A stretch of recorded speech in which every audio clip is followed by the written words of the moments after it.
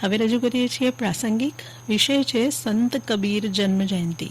સંપાદન અને પઠન આશુતોષ અંતાણી. સંત કબીર જયંતિ છે. સંત પરંપરામાં કબીરજીનું આગવું સ્થાન છે. ખૂબ જ ઓછા શબ્દોમાં મોટી વાત કહી દેવી એ કબીરજીની ખાસ ખાસિયત હતી. એક ઉદાહરણ જોઈએ તો કબીરા કબીરા ક્યા કરો, જાઓ જમના કે તીર, એક રાધા કે પ્રેમ में બહ ગયે લાખ કબીર. પ્રેમ વિશે હવે કંઈ કહેવાનું બાકી રહ્યું ખરું કે? કબીરનો એક એક દોહો એક એક ગ્રંથની ગરજ સારે છે. આજથી 621 વર્ષ અગાઉ એક કથા મુજબ નીરુ અને નીમા જે વણકર હતા તેમને લહરતારા તળાવના કિનારેથી જે બાળક મળ્યું તે જ આપણા સંત કબીર. કબીરજીના પત્નીનું નામ લોહી હતું. કમલા અને કમાલી તેમના બે સંતાનો હતા. રામાનંદ કબીર સાહેબના ગુરુ હતા, જે જીવન જીવતા શીખવે અને અજ્ઞાન દૂર કરે એવા સાચા ગુરુ વિશે કબીરજીને ખૂબ જ માન હતું. ગુરુ ગોવિંદ દોનો ખડે, કાકો લાગુ પાય, બલિહારી ગુરુ આપ કી, ગોવિંદ દિયો બતાય. આ દોહાથી સૌ પરિચિત છે. કબીરજી કર્મયોગી હતા. કાપડના તાર વણતા વણતા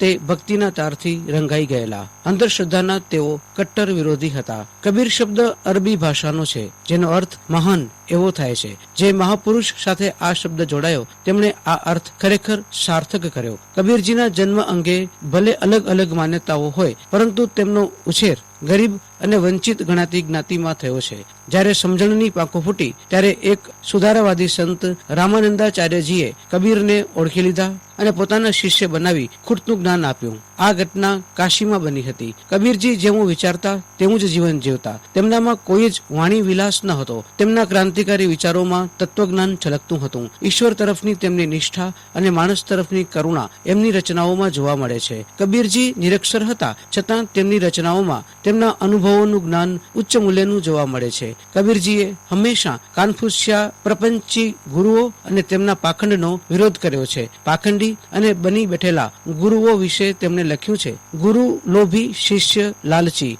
દોનો ખેલે દાવ, કબીરા ડૂબે ઓર ડુબાવે, બેઠે પથ્થર કી નાવ. કબીરજી અનુશાસન અને ખોટી રૂઢિઓના વિરોધી હતા. તે જમાનામાં કહેવાતું કે કાશીમાં મરણ થાય તો મોક્ષ થાય. આ રૂઢિને તોડવા તેઓ જીવનભર કાશીમાં વસ્યા, પરંતુ અંત સમયે કાશી નજીકના મગહર ગામમાં જઈને વસ્યા. અહીં જ વિક્રમ સંવત 1567માં આ મહાપુરુષનો દેહ વિલય થયો. કબીરજી હિન્દુ હતા કે મુસ્લિમ એ અંગે એ સમયે પણ વિવાદ થયેલો અને આજે પણ થાય છે. તેમના શિષ્ય ગણોમાં હિન્દુ તેમજ મુસ્લિમ બંને જાતિ સામેલ હતી. તેથી કબીરના મૃત્યુ બાદ તેમની અંતિમ વિધિમાં પણ એક વિવાદ થયેલો એવું ઇતિહાસમાં નોંધાયું છે. લોકમાન્યતા એવું કહે છે કે વિવાદ એટલો તીવ્ર બની ગયો હતો કે કોઈએ તેમના પાર્થિવ દેહ પરથી કફન હટાવ્યું તો તેમના દેહની જગ્યાએ ફૂલોનો ઢગલો નીકળ્યો. મગહર ગામમાં આજે પણ કબીરજીની સમાધિ છે. કબીરજીએ આખા હિન્દુસ્તાનની યાત્રા કરી પછી કાશીમાં સ્થિર થયા. આપણા ગુજરાતમાં ભરૂચ ખાતે નર્મદા કિનારે શુક્લ તીર્થમાં આવેલો કબીરવડ કબીરજી અહીં આવેલા